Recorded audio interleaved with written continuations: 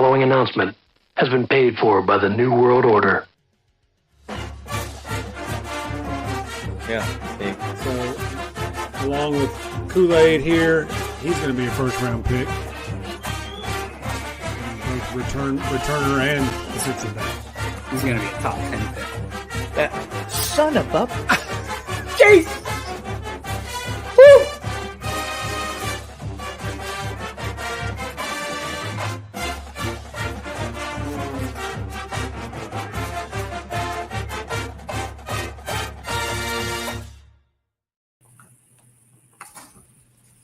Welcome to the Couchcasters podcast. At the time of this recording, it's Monday, August the 7th. We're recording this on Monday evening this week. A little bit change of schedule, but the usual are back in the mix. What's up, Fonzie? What's up, Parker? What's up? Good evening, gentlemen.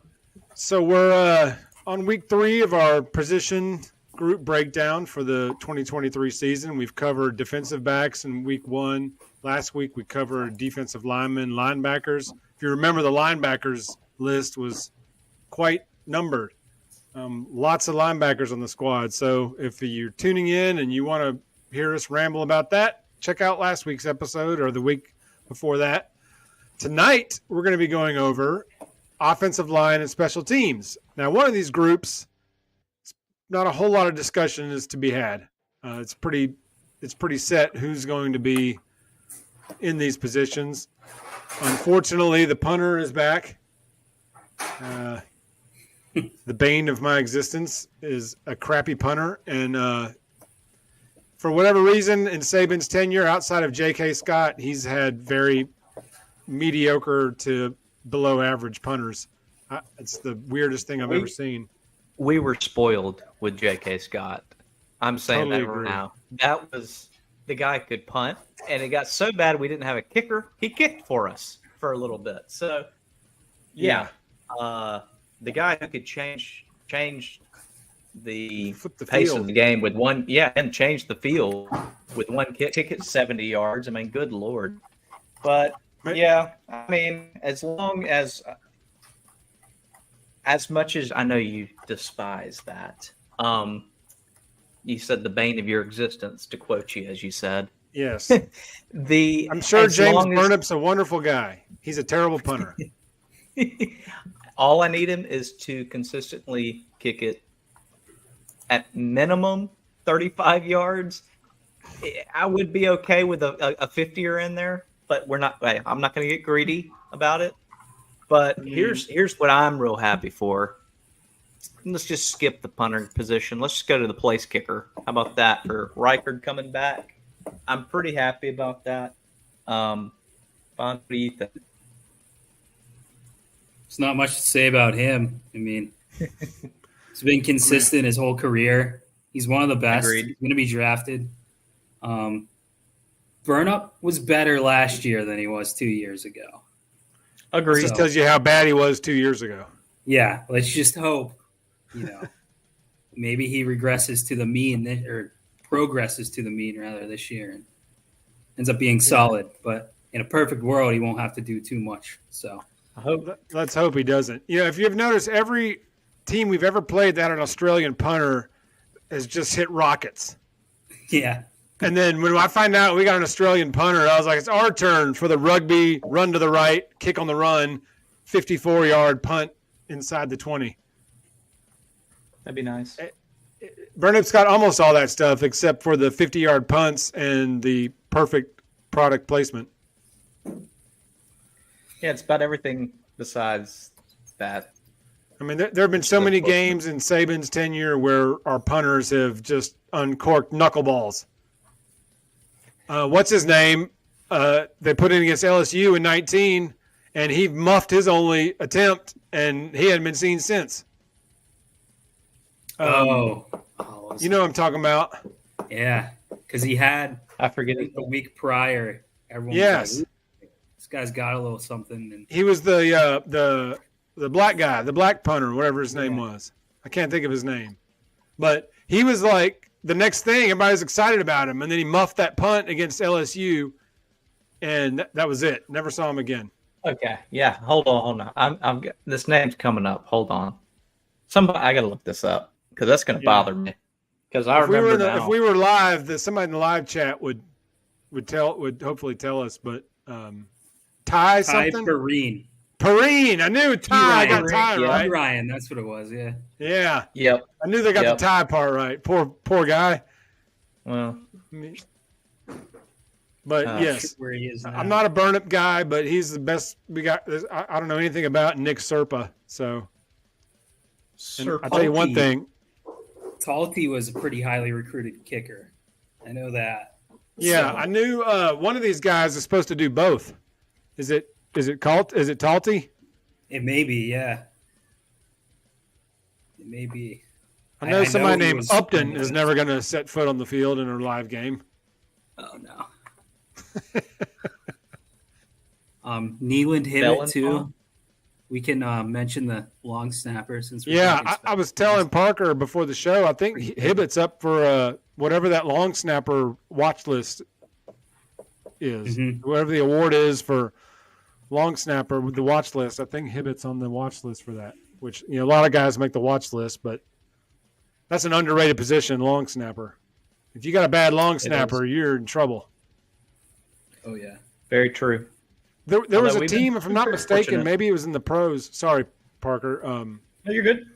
Maybe it was in the pros or NFL where somebody's long snapper got hurt, and it just like torpedoed the whole game. Like they couldn't do anything on special teams.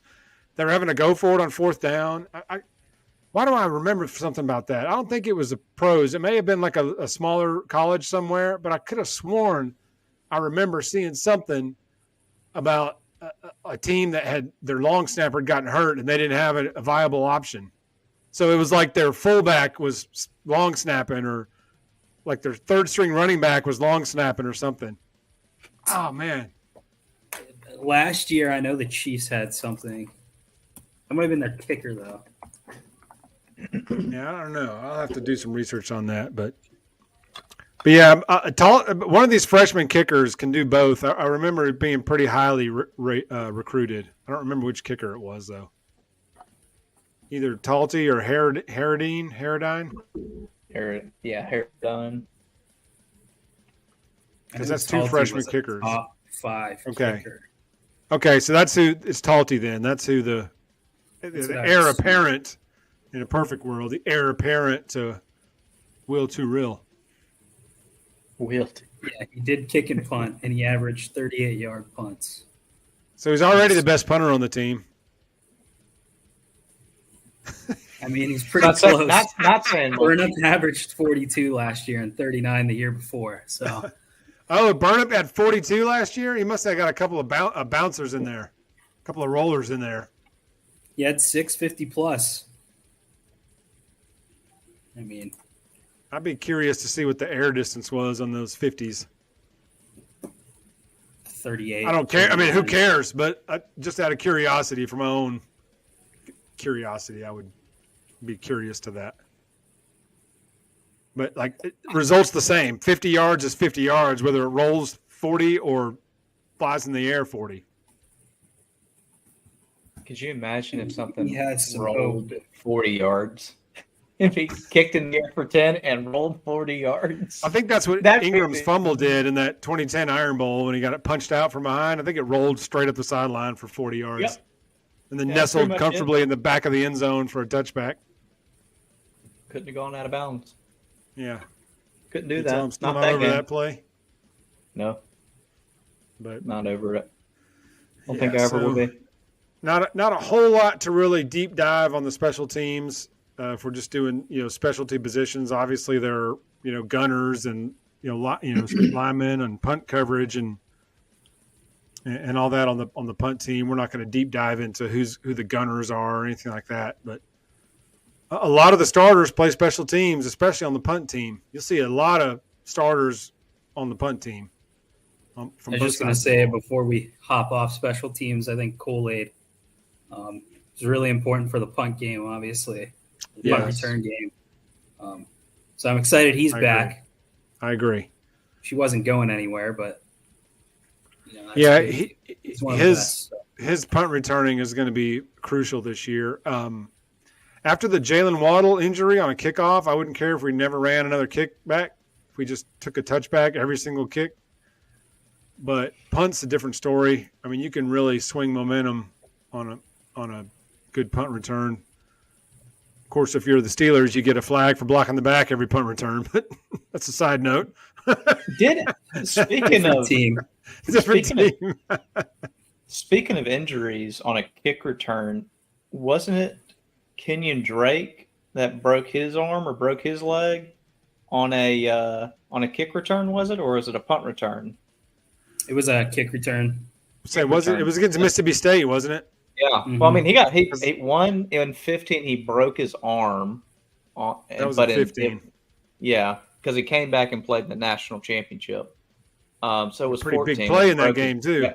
Yes, I'm not on mistaken. a kick return. Yes, that was insane. And just think, like I think of that, but think of what it was a magical. But think of what it also could have been had he not broke his leg, because he lost a couple steps. Because I mean, his in 14, like when Blake Sims was throwing him up the ball, I remember the Florida game. He just yammed him one for about a 65-yarder, and they're still trying to catch him. And there wasn't anybody in the screen in the picture with him. It wasn't even close, 20 yards. So I mean. But yeah, no, I completely agree. I mean, I think they've done their best to try and make the kick return game safer, and I think a big thing this year is in the NFL what they've done with it. I wouldn't be surprised with maybe next year going into it, since everything's kind of it is. Everything is expanding, playoff and whatnot, conferences. That's a fact. I think they will try to make it even safer. To keep the top players in, because if anybody or any of you watching this right now has been living under a rock for the past 2 years, it's about the money now. And, you know, if you haven't been around the last week or so, the Pac-12 is no longer the Pac-12, is imploded. And it's going to be interesting to see what happens about that. I think of a Mountain West and a Pac-4 merger might work the rest of a bad situation, but with the remaining, it's like the Pac-4 now. Yeah. So I mean, I don't know what's going to happen with. I mean, I get Cal and Stanford academically; they mean a lot. Stanford has more recent success than Cal, obviously, in football, but yeah. So you're going to start seeing that. Rhyme back to where we're going, safety. So I think obviously people are going to want to pay big money. You want to see the best players play. So I think they will try and do what the NFL has done and try to make it a little bit safer for kick return. But I mean, the NFL is basically, the kickoff is nothing more than an exhibition almost play now, because the NFL guys kick it out of the end zone just about every kickoff. Yep. And the concussion factor. Yeah, and they keep moving it up, and the touchback comes, and it's just like, guys, it's like, not worth it. Yeah. And 99%, or like when they get a penalty on the extra point and they enforce it on the kickoff and they just kick it 10 rows into the stands. It's like, why even waste time? Just give the other team the ball on the 30-yard line. Let's go. And that was when I used to play back, many moons ago. I love kickoff. But I would hate to be on kick return. But I love kickoff because you can just run down at full speed and just absolutely obliterate somebody.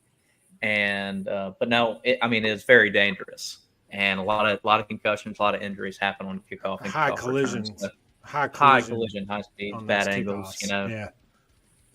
A lot of you could end up like Rube Foster early on. If you lean with your head, you might end up with neck issues, or you could end up paralyzed. So you don't want that. And that's me looking back now saying, that probably wasn't the best to just go running down there, like a firecracker up your ass. That's all we knew for so long. That's what football was for so long. But now there's too much money involved and too much health risk involved that, like I said, the NFL's kickoffs are pretty much a joke. Punt returns a different story. Punt returns you need somebody back there. I agree. It's just 7-8 yards even. Yeah. So having Kool-Aid The 28. Confidently fielding punts back there. Even if he just doesn't return any, if he just catches it and doesn't muff it or doesn't let it or doesn't run up and then change his mind and back away and then it hits and rolls 20 yards, the other way. I'm just hoping he would, fair catch it every time. Just catch the ball every time, man. I can't stand guys that let it bounce and then it bounces 20 more yards and then we get the ball inside the 10 instead of at the 25 or 20 or somewhere. Yeah.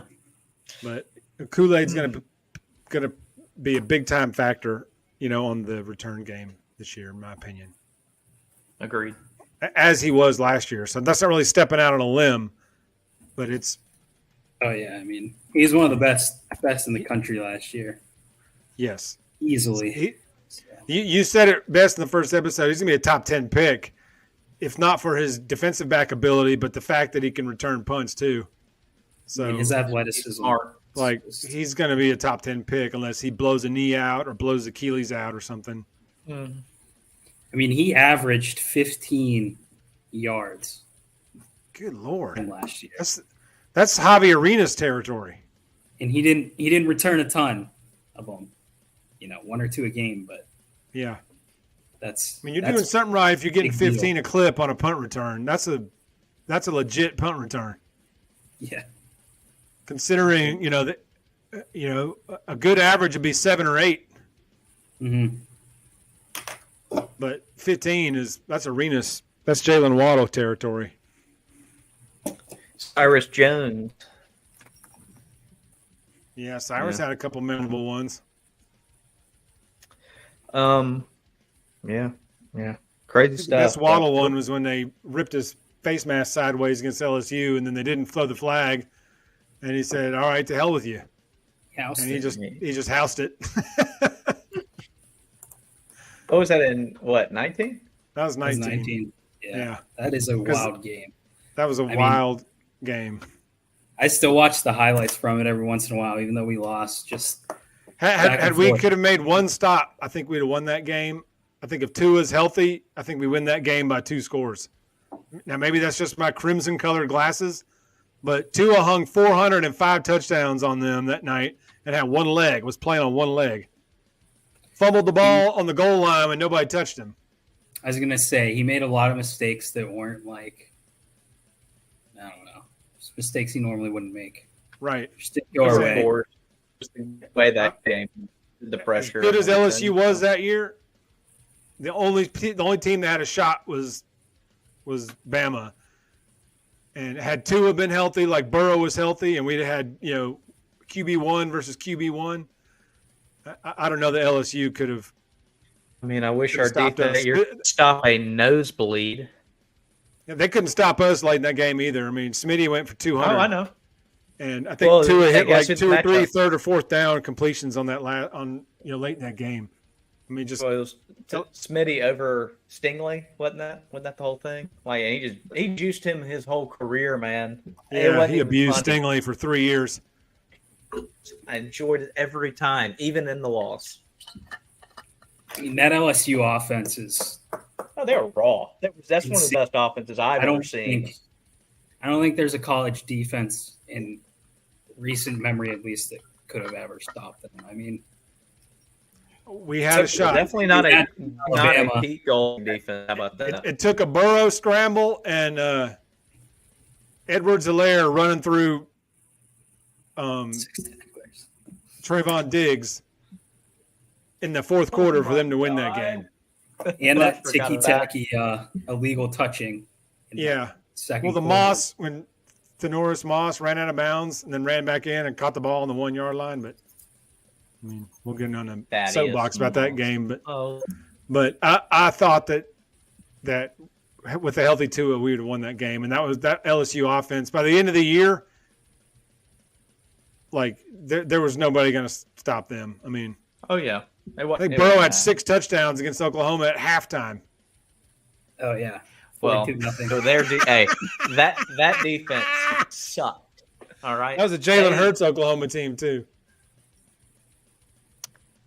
Yeah, well, I mean Yeah. That's a good debate, though. That Debate's been going on Twitter for a while about 19 LSU versus 20 Bama. And I'd almost say 19 Bama had just as much, if not more talent than the 20 team. Yeah, on the offensive side, yeah. I agree with that. But I think 2020 was just so surgical. Yeah. Like they were much better. They weren't going to lose. I'd say, like, I don't know how to put it into words, but Tua had a lot of talent around him, and they were not running complex plays. Like, no, he didn't really have to think. It was just hit the slant or hit the streak. Was Sark the OC in 19, or was it Loxley? It was Sark. Was he there in 19? 18. Because he wasn't he was there 19, 20. Yeah, 19, and then we had Bob for 21, 22. So, yeah, that was Sark. But, yeah, but I mean, if you go top to bottom, that 19 roster was loaded. But the 20 team it all came together. And I think Landon Dickerson playing center on the 2020 team was a big difference. Mm-hmm. I think and that Smitty when he was better. Just owning everybody. I mean, every play, Smitty was wide open on every single play. I never seen anything like it. Where every single play, he was wide open. I mean, anything he could touch, he was catching too. Just thinking that the one that he hurt his finger game. on. There you go. I was about to bring that back one drop up. On the year, it tore his finger off the bone, and that was it. After 300 yards and 3 touchdowns and a half. It was so early too. I mean, we still had a quarter. The first play of the second half. It's not like late in the third quarter he got hurt. It's like the first play of the second half. I was like, well, damn. Guy was about to put like maybe 400 yards, most receiving yards we'd ever seen in a game. But, I'm not going to complain. So we beat the dog out of them. That was great. Yeah. Nobody can say they played an all-SEC schedule and do all that and go undefeated. So that was a little sidebar on our 2023 season breakdown, which we've been known to do on this show. We'll hit a sidebar here and there. So our next group that we're going to talk about is this decent group here. So Parker and I, before the show started, we kind of guessed out who we thought our starting 5 would be.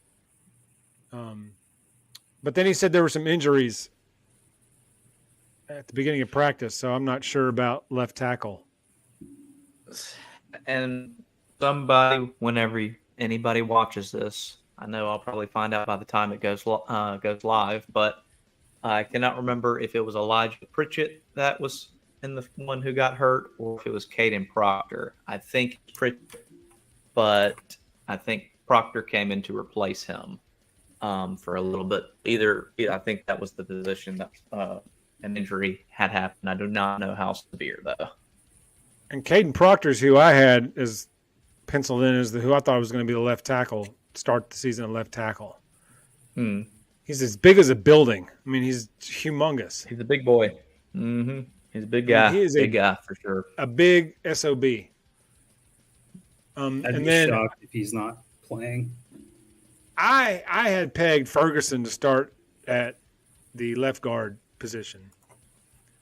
Although a buddy of mine said it was between him and Dalcourt. And I swear to God, if Dalcourt starts on the offensive line, I might have to quit watching football.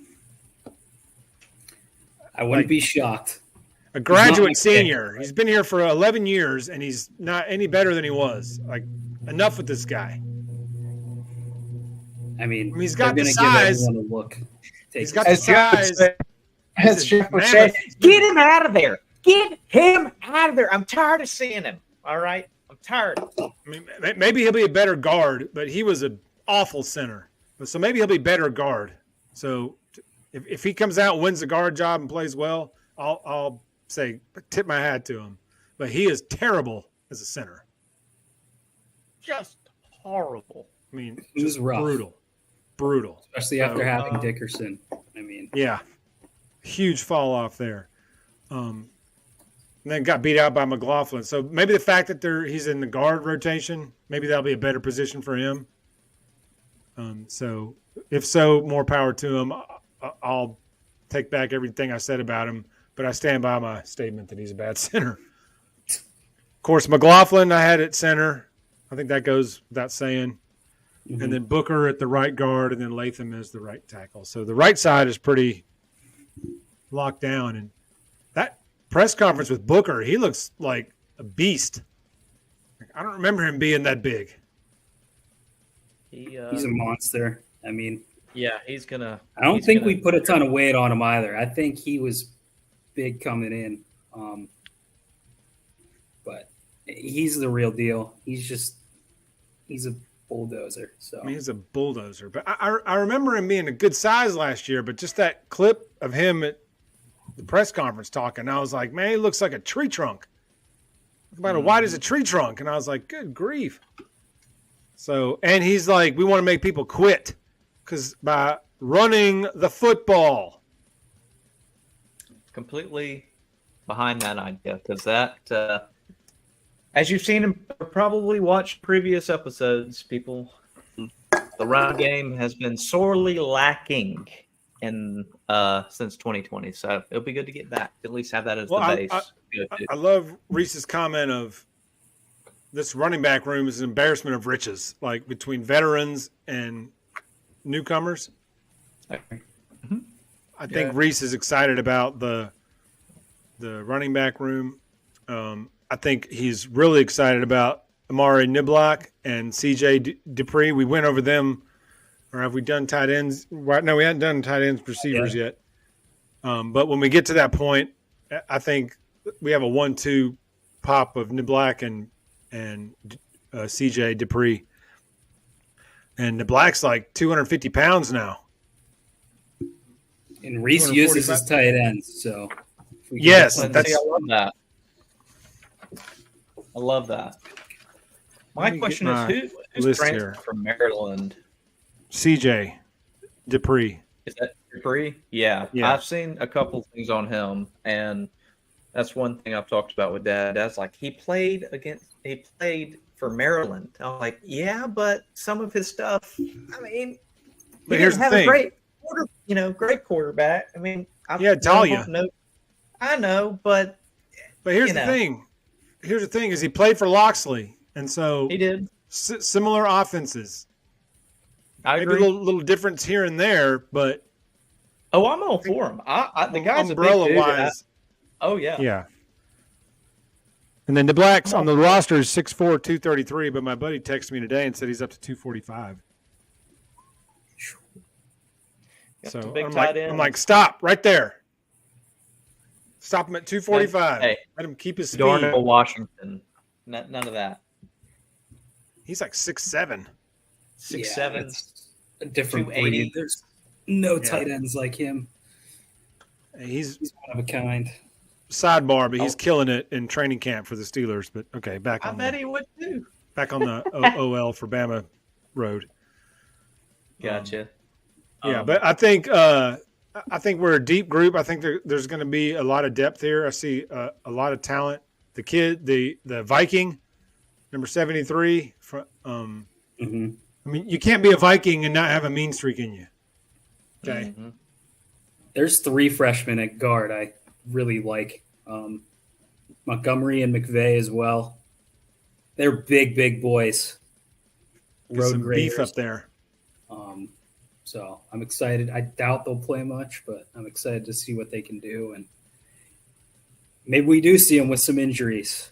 Yeah. I mean, there's going to be some guys getting dinged. There's going to be some guys playing in some blowouts. So I think we're going to see these guys. I really like James Brockermeyer to take that next step as a viable backup this year, transitioning into the starting center for the next 2 years. I'm really glad that he stayed when his brother tucked tail and dipped because he couldn't get on the field, so he quit, went to TCU. I'm glad James stuck around though to grind it out in competition. But you're right, Fonz. There's a lot of good young guys on this list. It's a shame. I thought the other Brockermeyer brother would have been lined up for the left tackle job this year. Like it would have been his to lose, but whatever. Formby too is another guy that I think we'll hear his name a lot sometime in the future. Yeah, local kid. which is cool. But where's he? Is he from Tuscaloosa? mm-hmm. That's cool. Gordo I like or this. Tuscaloosa? But What do you say? Tuscaloosa, I think. Okay. he went. There's a lot of freshmen on this list, so that's a good thing, man. There's a lot of freshmen. I count 1, 2, 3, 4, 5, 6, 7, 8, plus a redshirt freshman. I think he played at Gordo. If it's That's up a in lot that of area. young. That's a lot of young players. Who, Welcome Formby? Yeah, you say he was a local guy up there. Northridge. Northridge? Yeah, he's from Tuscaloosa. That's what I was saying. Okay. Oh, okay. I didn't know. I thought Which maybe is it just was cool. Tuscaloosa I mean, County, so He's a top 200 prospect, but came to Alabama, so I hope he does well. I mean, he'll have the pieces in place around him, that's for sure. Yeah, see, he's 6'7", 320. Good Lord. At least at the time the roster was printed, that's what he was. Oh, he looks like a Wisconsin lineman. I mean, he's just a beast. Yeah. Proctor, 6'7", 355. Good grief. you got They J.C. went Latham beefy with down on the other class. side. Yeah, I mean, Yeah, he's 30 pounds heavier than Latham. And Latham's huge. Latham's 6'6", 335. So he's 20 pounds heavier. it's going to be like that Arkansas line from 2010 or 2011. Like, they went all just beef. Yeah. in this All last like class. over Last couple, 1,000 really. Yeah, I mean, they're going to be. There's a lot of beef up there. McLaughlin's the lightest one at 300. Well, Which even for a center isn't like it's they're not. usually short and stout, so Yeah. that's not I mean- small. The Viking is 326. Jesus. Hey, he'll get up to about 340, and I was gonna say He'll be a line brawler. 330. Miles McVeigh, 6'6", 350. He's a true freshman. What?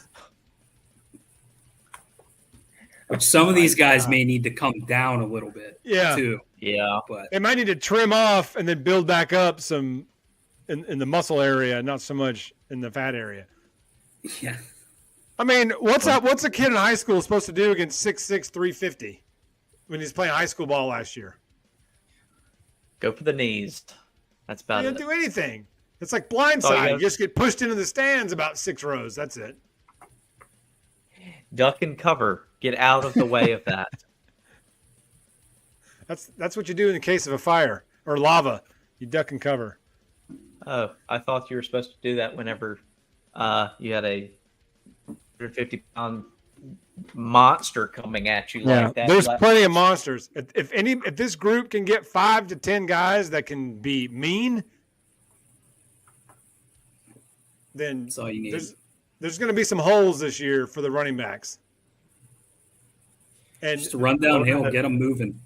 I think a big difference this year too is that we're going to commit to it. Like we're going to run the ball and then actually run 2 running plays in a row, maybe even 3. Now I know I'm getting crazy now, but we might see 3 straight running plays this year.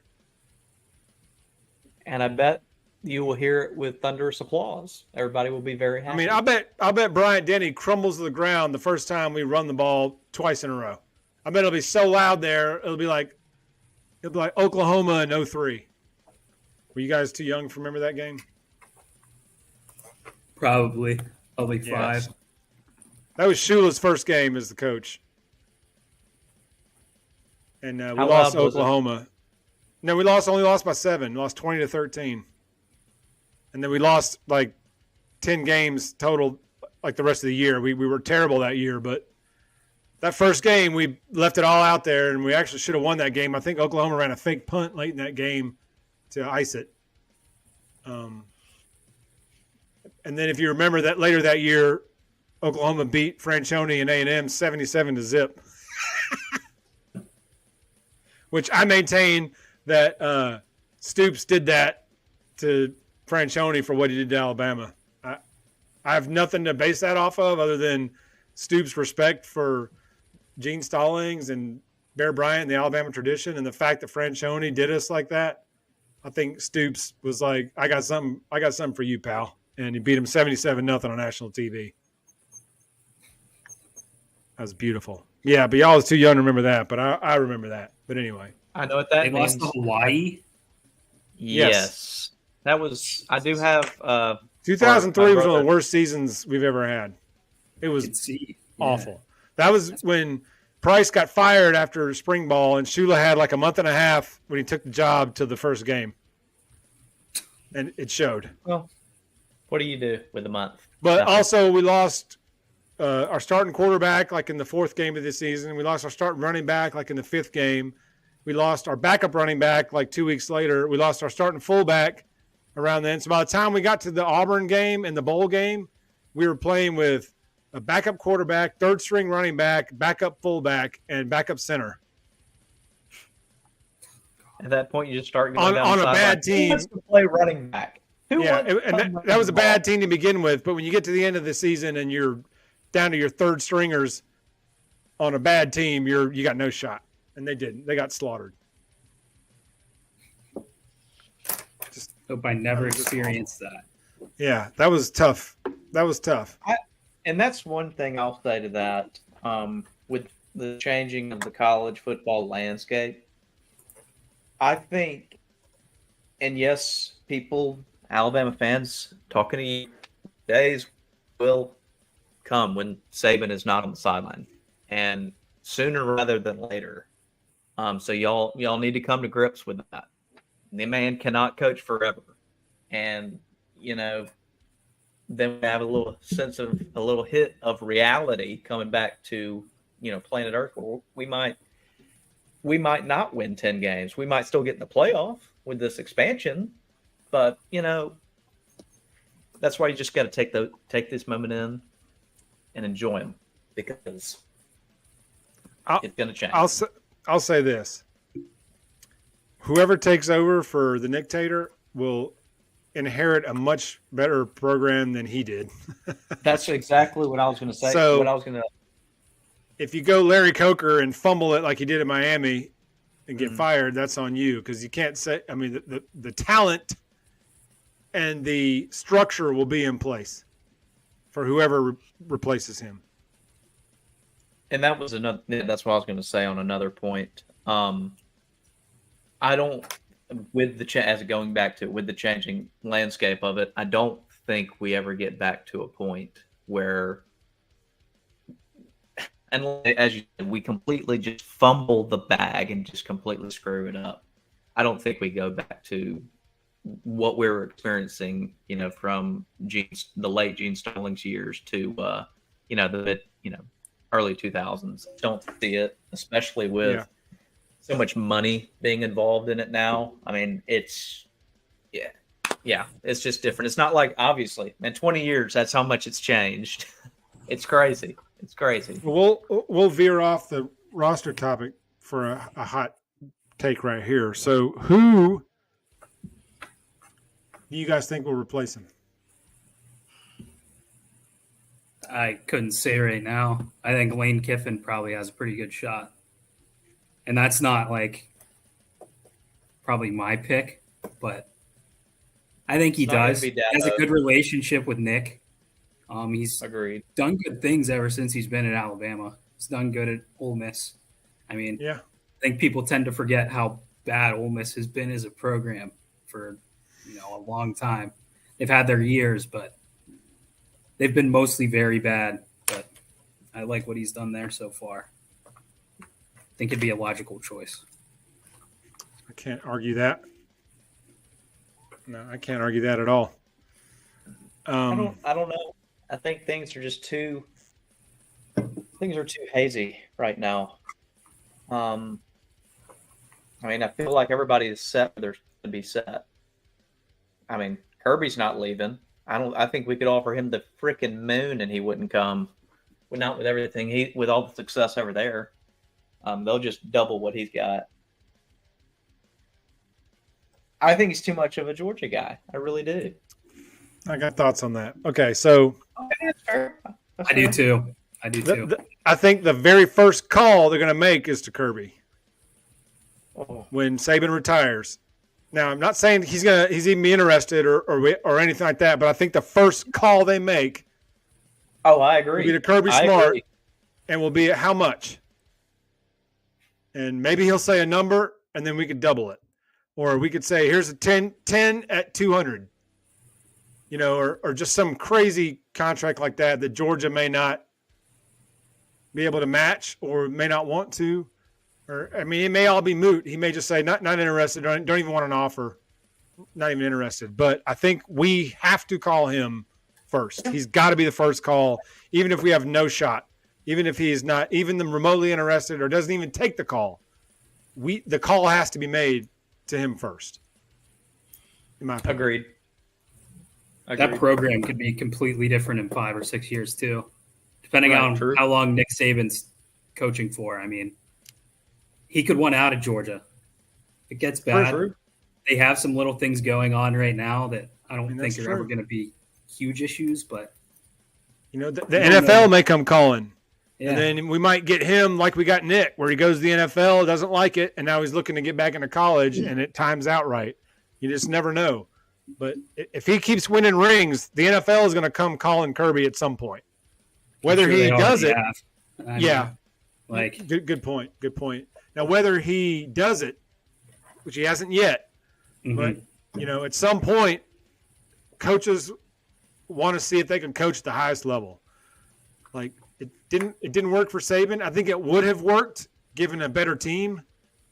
Had they passed Drew Brees' physical, it would have changed life for so many people.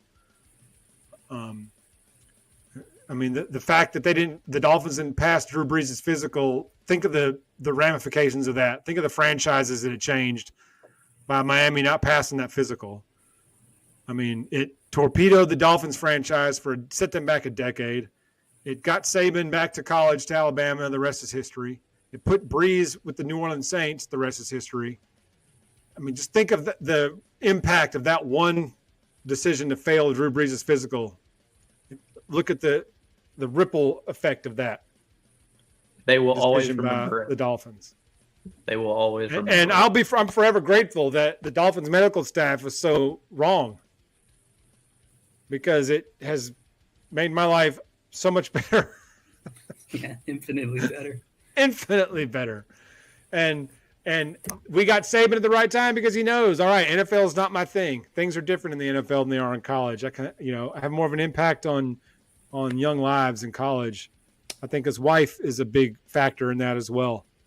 The money too.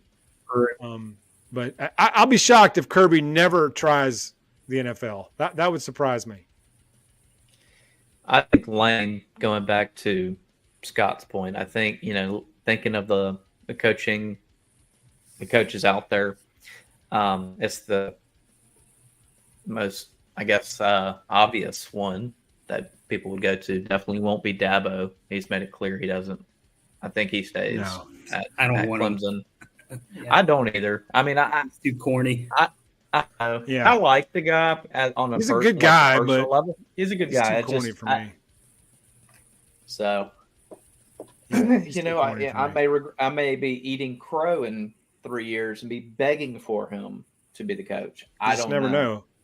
My choice was Sark. That's who I wanted. I wanted in my world, Sark was going to stay at OC as the coach in waiting and not do like every other coach in waiting and take another job the very next year. But in my delusioned world, I was like, Sark's just going to stay at OC for the next 5 years, and then just seamlessly transition when Saban retires. And then he took the Texas job like 30 minutes later. Not saying that he's not going to be an option, because he'll absolutely be an option. To think, depending on the success he has at Texas in Saban's, last few years coaching, will be a huge factor on that. But that was my first choice, was Sark. I was about to say, well, if that's the case and it becomes a money war between Texas and Alabama, Alabama residents, you better hope we pass the lottery. I don't know that anybody can win a money war with Texas. I don't know anybody can do that. But no. Texas is a pretty good job. There's a reason Saban was house hunting out there. What? But anyway, that was my pick. But I think Lane is going to be up there too. I think that's a reason why he took Golding this year, was to stay in the good graces. So when the time comes, he can be like, "Look, man, I rid your program of the worst hire of all time." And if you look at my Ole Miss defense since I hired him, we give up 55 a game. So I really took one for the team. Oh, you guys are going to like this. I just pulled up a top 5 candidates to replace Nick Saban after he retires list. I don't think you'll ever guess who number 1 is. Actually, I don't even know if you'll guess a single coach on Joe Kynes? No. It's not that comically bad, but And we're losing Parker. it's close. It's Mario Cristobal at number 1. That's even funnier. That's even funnier than Joe Kynes. Oh, Billy Napier's at it too. We just got to stop that inside veer. Still haven't stopped it. It's absurd. I mean, Billy Napier 2, Dave Aranda 3, Dabo 4. Okay. What? And then Bill O'Brien at 5. No. If that guy ever comes back to the city of Tuscaloosa, I will burn it down. We will riot if that dude winds up back in T-Town. I'm telling you right now, Mom, earmuffs, but that shit better not ever go down. That guy torpedoed the Houston Texans and set them back 10 to 15. Keep that man away from my. The guy had Bryce Young and lost 4 games. That's it. That's good to hear. That's it. But any of the other 4, well, I don't know. Mario Cristobal, no chance. I don't think so. Yeah, I mean, Dave No chance. Aranda. Who the hell is that? We'll see. He's Baylor's coach. He's done a great that's job. right. Didn't he come from LSU? Mm-hmm. Yeah, I mean, he's a good coach. I don't know if he's a true Alabama candidate. We'll see in, like I said, 5 or 6 years. He's relevant. and Napier being a part of that coaching tree. So We'll have to see how he does at Florida. yeah, I don't know. I think Florida is another version of like Texas when it comes to trying to get back to the glory days from like the mid 2000s. And but I mean, besides, I guess it was 2020 when we played them in the SEC championship. I think that was their best shot. Winning one in the last 10 years, I would say. That was the Mechie hit off that Correct, interception. Yep. Great that hit. really helped because it ended up being a huge play because, I mean, Florida was scoring at will by the end of that game. Yeah. But we were too. So, I mean, it was bad. As long as we could stay 10 to 14 points ahead of them, that we were going to win that game. They weren't stopping us, but a drop pass or a muffed something, and then they tie the game, and you just never know. So the fact that we were staying with 10 to 14 ahead of them that whole game, I felt pretty good because at some point there, I mean, you just knew they couldn't stop anything. I mean, Najee had 185 yards and 5 touchdowns that game. Yeah. And They were didn't not even put him on the stopping Heisman radar. I mean, Mark Ingram won the Heisman in this game. He did. Or cemented it. He really won it in the South Carolina game, but he cemented it in that 2009 championship game. I mean, where did Najee finish? 5th in voting that year? 5th, I think. He did. Matt finished most years he probably would have won it. I was about to say, and he had a better year than Ingram did. He didn't have a better year than Henry. He did in terms of touchdowns, but Henry went for 2,200 yards. Mm-hmm. But Najee had 29 touchdowns in 20, or just some crazy number like that. 27, absurd. just some absurd number of touchdowns that year, and he finished 5th in the Heisman. Didn't even, I mean, was 3rd on his own team in the Heisman race. Nothing was stopping Devontae from. I mean, I honestly had Matt being able to lay those dimes up for him in those positions. I think he was great at doing that. Going back to the NFL, it'll be interesting to see how he plays this year. I think if he has a bad year, he could be on trading block. Well, as crappy as Bill O'Brien was as an offensive coordinator, as flawed as his philosophy is, in my opinion, works in the NFL. This will be an upgrade for Mac Jones this year from Matt Patricia, the lifetime defensive coach, trying to call plays last year. Yeah. So, I mean, Mac Jones had no chance last year, but, we'll see how he does this year. He's got Juju on his team, traitor. That'll help him. They're saying he's doing better. Like, he's having a good camp so far. Yeah. I mean, the guy can play. He had no help. And I mean, he was bad last year regardless. It was a horrible. Yeah. It was horrible. Yeah. That whole Patriots team was a dumpster fire last year. Yeah. Well, I mean, I think they caused a lot of issues internally, too. They should have just stuck with either one of the quarterbacks. If it's Mac, stick with Mac. If it's the other guy, stick with him. They flip-flopped too much, which caused all that. I feel like a lot of internal issues, too. Yeah. And then it created the faction. You've got Mac Jones group and the guy that came in for him, the backup. There's Bailey Zappi, yeah. Yeah, every year the backup quarterback's the most popular player, unless Tua is your starter or something like that. But that's just that's the traditionally the most talked about player is the backup quarterback, especially in college. Everybody wants the backup to play. Mm-hmm. NFL is a little bit different story. You've got your pretty prototypical backup QBs that pretty much fit the bill. But college, man, it's like it's always about the backup. Well, put the backup in. That's it. Put the backup in. Y'all start watching for Texas. Everybody talking about Arch Manning. There's another one. You talking about the backup? There's going to be buzz of that in Tuscaloosa this year too. Unless whoever the starter is just goes off. But yeah, I mean, Quinn Ewers is good. I doubt it. I know he had his bad games last year, but he put up against us until he was lighting us up when he was playing. He was lighting us up. He's just as good as a prospect as Arch was too. And I think Arch is hype. You mark my words. Arch is going to be a decent guy, but he's not going to live anywhere close to the hype that been put on him. That he came with. Yeah. I mean, nobody really could, which is kind of why I feel bad for me hyping Julian Sayin so much for next year, because you can only go down if you put him up on such a high pedestal. Having said that, Sayin is the truth, and you'll all see. But Arch did not wow me like he was this transcendent prospect that we've seen in the last 100 years. I mean, he's a good player. He's got the pedigree. He's gonna do well in Sark's offense, just like Quinn Ewers will.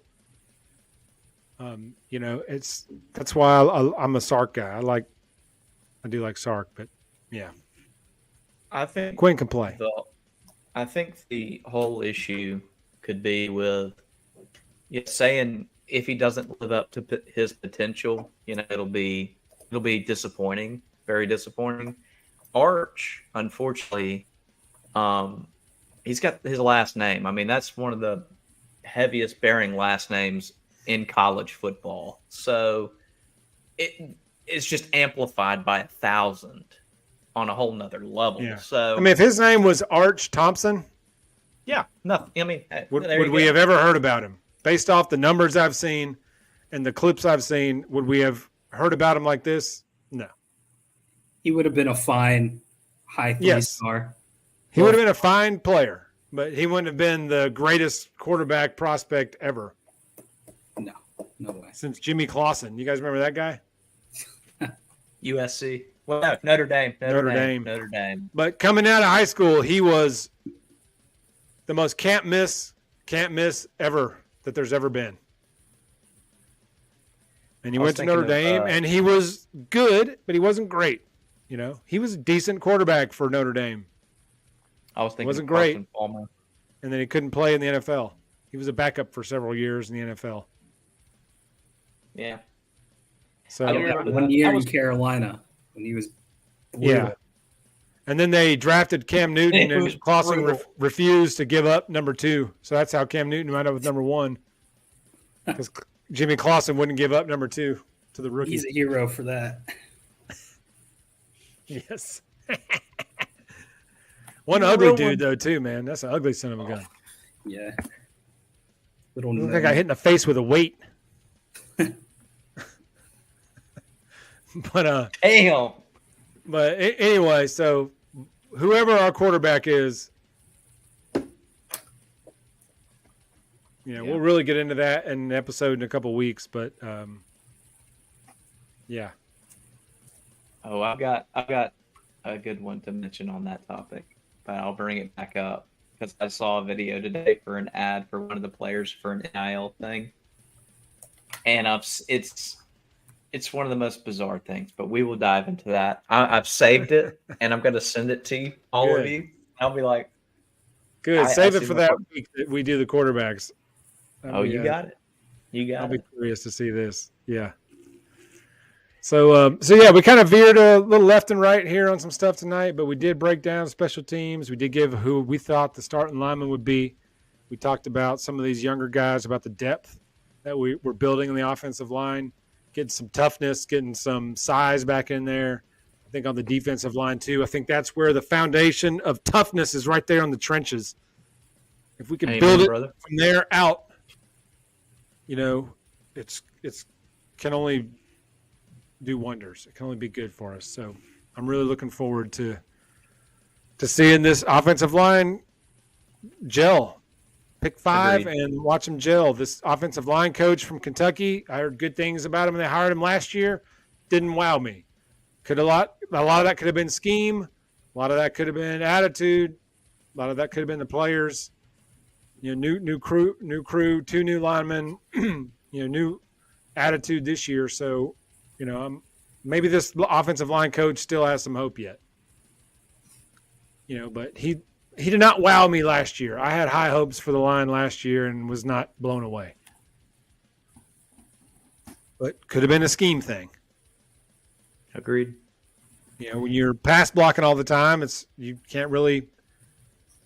It's hard to be a tough, hard-nosed, physical player when you're pass blocking on 80% of every game.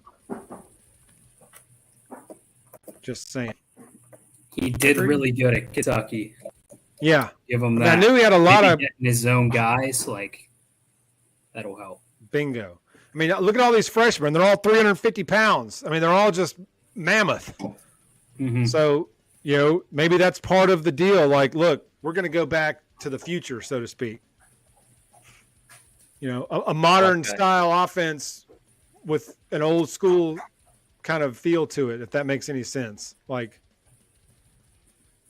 run the ball, grind it out, run to set up the pass, but be able to incorporate some skill in the passing game as well. I don't think we're going back to the Jay Barker offense where, 185 yards passing is a good game. I don't think we're going back to that. But I think you're going to see a much more physical brand of football this year, which we've said. Agreed. I've said just about every show. So we need to. Totally agree. Well said. Well said. That's how Georgia's won the last 2. We're going to have to get through Georgia to win it. So Georgia will be in Atlanta. Even if they don't play their starters for half their games, they'll win the East by week 7. Yes. Yeah. Yes. No doubt. No question. That's true. The least is a least. And then thank God we're getting rid of divisions, I guess. When Texas and Oklahoma come on board, they're scrapping the divisions, thankfully. Although we wound up with LSU, Tennessee, and Auburn as our 3 permanent opponents, didn't we? Yes. Mm-hmm. But actually, if being the tradition person, I know it's obviously that's one of the most unfair draws, but the tradition part in me be like, okay, I got to have those games every year. I do. It's hard. I do love playing Mississippi State, even with their annoying ass cowbells. I mean, it's just sorry it is, but those 3, LSU, Auburn, and Tennessee, yeah, you got to have them there. Sorry, it's an unfair draw, but that's what we are. We're Alabama, and we beat the best. So That's who it is. I mean, you got to iron sharpens iron. So if you're TCU and you play 2 tough games a year and then you run into Georgia, I mean, we saw what happened. The proof is in the pudding. It gets tough. And everybody told you it was going to happen too. No. They're going to be able to hang with them. There's something to be said. I mean, every time Michigan State steps on the field against us, it's like they've never played football before. They don't know what to do when they see these mammoth monsters across from them. Especially when the running back stiff arms your defensive end into the ground. And flips him. Flips him. That's flips him completely around. Just crazy. So, although I don't know many running backs that can do that. Besides, well, that's a legendary stiff arm too. I mean, that's one of the best. He's doing it to guys in the Hall of league, Fame stiff arm. He's doing that to NFL players. So there's no shame in getting stiff armed by King Henry. I mean, he only has like a 98-inch reach, and his arms are like Hulk Hogan's. So I mean, when he jams one in your chest, you're probably not going to fight through it most of the time. Feel good. It's not going to feel good. He's an edge rusher playing running back. It's pretty insane. Anyway, so that's all we got tonight. You guys got anything else you want to add before we sign off for the night? If you didn't say it already, remember to like and subscribe. Thank you, Parker. I always forget to say that. And for anyone that happens to tune in when this airs live, thank you for watching. If you tuned in on the chat or just tuned in, we appreciate it. Sorry we couldn't respond to any comments tonight as we're not recording this live. So by the time this airs, it will be tomorrow night. And so we won't be able to respond to any comments. But thank everyone for joining us. Guys, roll tide. See you guys next week. Roll Tide.